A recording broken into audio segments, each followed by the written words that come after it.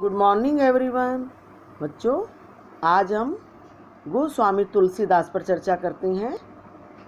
गोस्वामी तुलसीदास ने अवधी तथा ब्रज दोनों भाषाओं में साहित्य सृजन किया है। इन दोनों भाषाओं पर कवि का असाधारण अधिकार था। विशेषकर रामचरितमानस में अवधी तथा विनय पत्रिका में ब्रज भाषा का सुंदर प्रयोग देखा जा सकता है। इसके साथ कवि ने संस्कृत के तत्सम, भोजपुरी, बुंदेलखंडी, फारसी शब्दों का खुलकर प्रयोग किया है। कवि ने शब्दालंकारों, अर्थालंकारों का सफल सुंदर प्रयोग किया। यही नहीं, कवि की छंद योजना भी श्रेष्ठ है।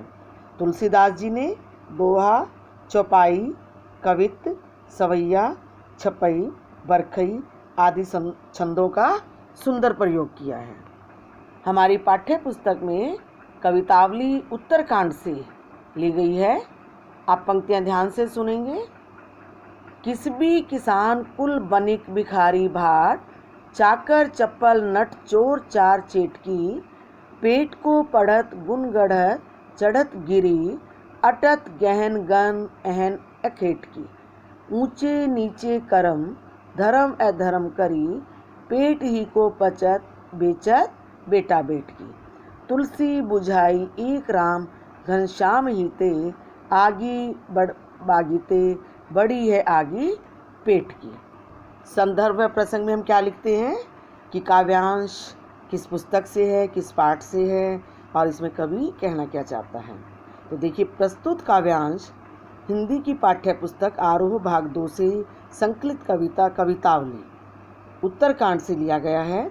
इसके रचयिता भक्तिकालीन रामकालीन कवि गोस्वामी तुलसीदास जी हैं। कवितावली के उत्तरकांड में एक ओर जहां राम भक्ति को दिखाया गया है, दूसरी ओर तत्कालीन समाज की राजनैतिक, सामाजिक तथा आर्थिक स्थिति पर प्रकाश डाला गया है।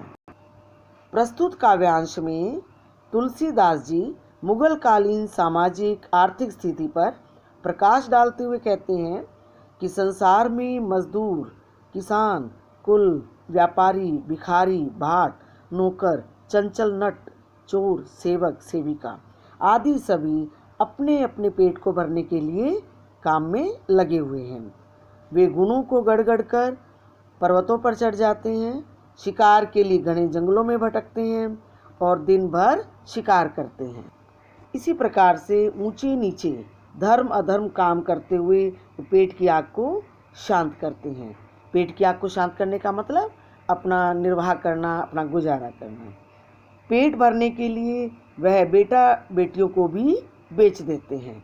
भाव यह है कि मुगल कालीन समाज में 2 वक्त का भोजन जुटाने के लिए लोगों को कितनी कठिनाइयों का सामना करना पड़ता था। अंत में कवि कहते हैं कि पेट की आग इतनी भयंकर है कि उसके सामने सागर के गर्भ की आग भी तुच्छ अर्थात छोटी दिखाई देती है। अतः इस पेट की आग को केवल श्री राम रूपी घनश्याम ही बुझा सकते हैं। यहाँ रूपक अलंकार है। तात्पर्य यह है कि राम की भक्ति से ही यह दुखों से हम छुटकारा पा सकते हैं और सुख का जीवन व्यतीत कर सकते हैं। तुलसीदास जी राम के भक्त थे और उन्होंने इस काव्यांश के माध्यम से भी यही संदेश दिया है कि जिस प्रकार से गर्मी से आतप्त जो है बेचैनी को घनश्याम अर्थात बादल वर्षा करके शांत करते हैं, उसी प्रकार से हमें अपनी मुसीबतों से छुटकारा कब मिल सकता है? भगवान राम की भक्ति से। नेक्स्ट काव्यांश। खेती न किसान को, भिखारी को न भीख बली, बनिक को न बनेज, न चाकर को चाकरी, जीविका विहीन लोग सिद्धमान सोच बस, कहे एक एकन सो कहाँ जाई का करी, वेदहु पुराण कही लोकहु विलोकत, सांकरे सबई पर राम रावरे कृपा करी, दारिद दसानन दवाई दुनी, दीन बंधु दुरित दहन देखी तुलसी आहा करे।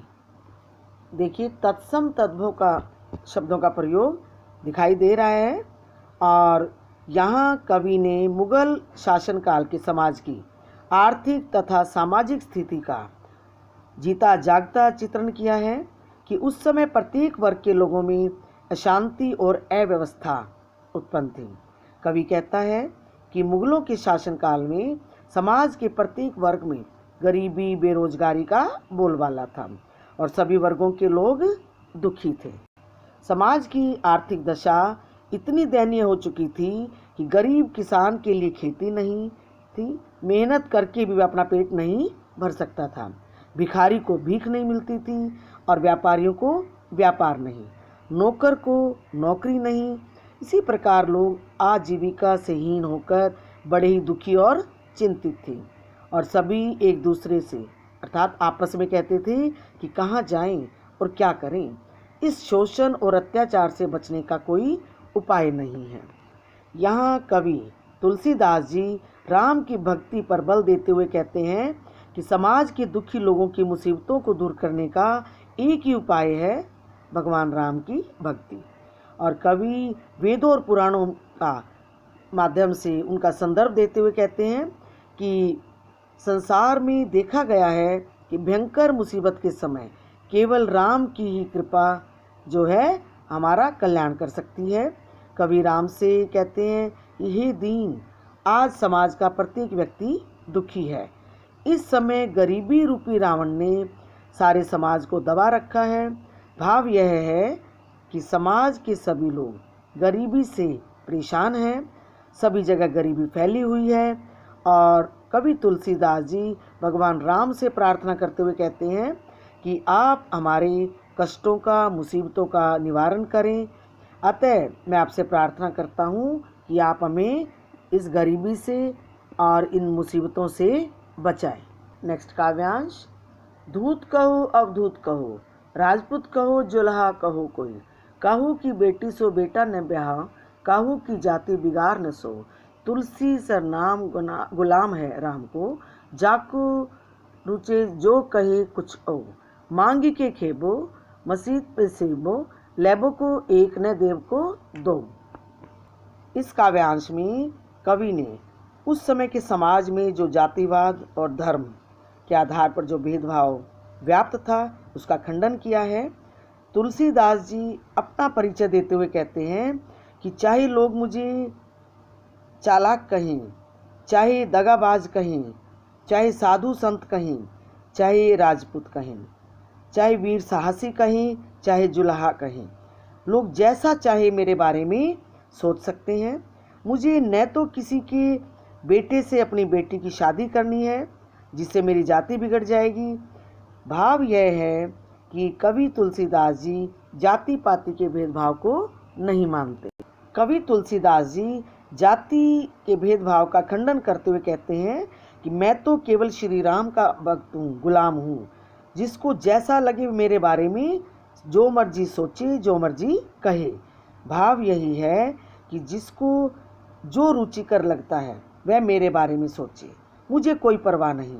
मैं तो भीख मांगकर पेट भरता हूँ, मस्जिद में सोता हूँ और भगवान राम की भक्ति करता हूँ। मुझे किसी से कोई देना लेना नहीं। भाव यह है कि कवि अपने बारे में स्वयं कहते हैं कि मैं तो चिंता मुक्त होकर मस्त जीवन व्यतीत करना चाहता हूँ। देखिए यहाँ कवि ने जो ये बात कही कि मुझे किसी के बेटे से अपनी बेटी की शादी नहीं करनी, तो इससे स्पष्ट होता है कि हमारे समाज में बेटे वाले अपने आप को बेटी वाले से उच्च समझते हैं, ऊंचा मानते हैं। और कवि ने इसीलिए व्यंग करते हुए कहा है कि मुझे किसी के बेटे के साथ अपनी बेटी की शादी नहीं करनी जिससे मेरी जाति बिगड़ जाएगी या मुझ पर कोई फर्क पड़ेगा। तो इसलिए कवि ने उस समय की जो है एक सामाजिक परंपरा या ये कहें सामाजिक सोच का वर्णन किया है। बच्चों, आज का होमवर्क है कि कवितावली की सप्रसंग व्याख्या का आप अभ्यास करेंगे और आगे जो है लक्ष्मण मूर्छा और राम का विलाप, इसकी व्याख्या अगले वीडियो में। Thank you.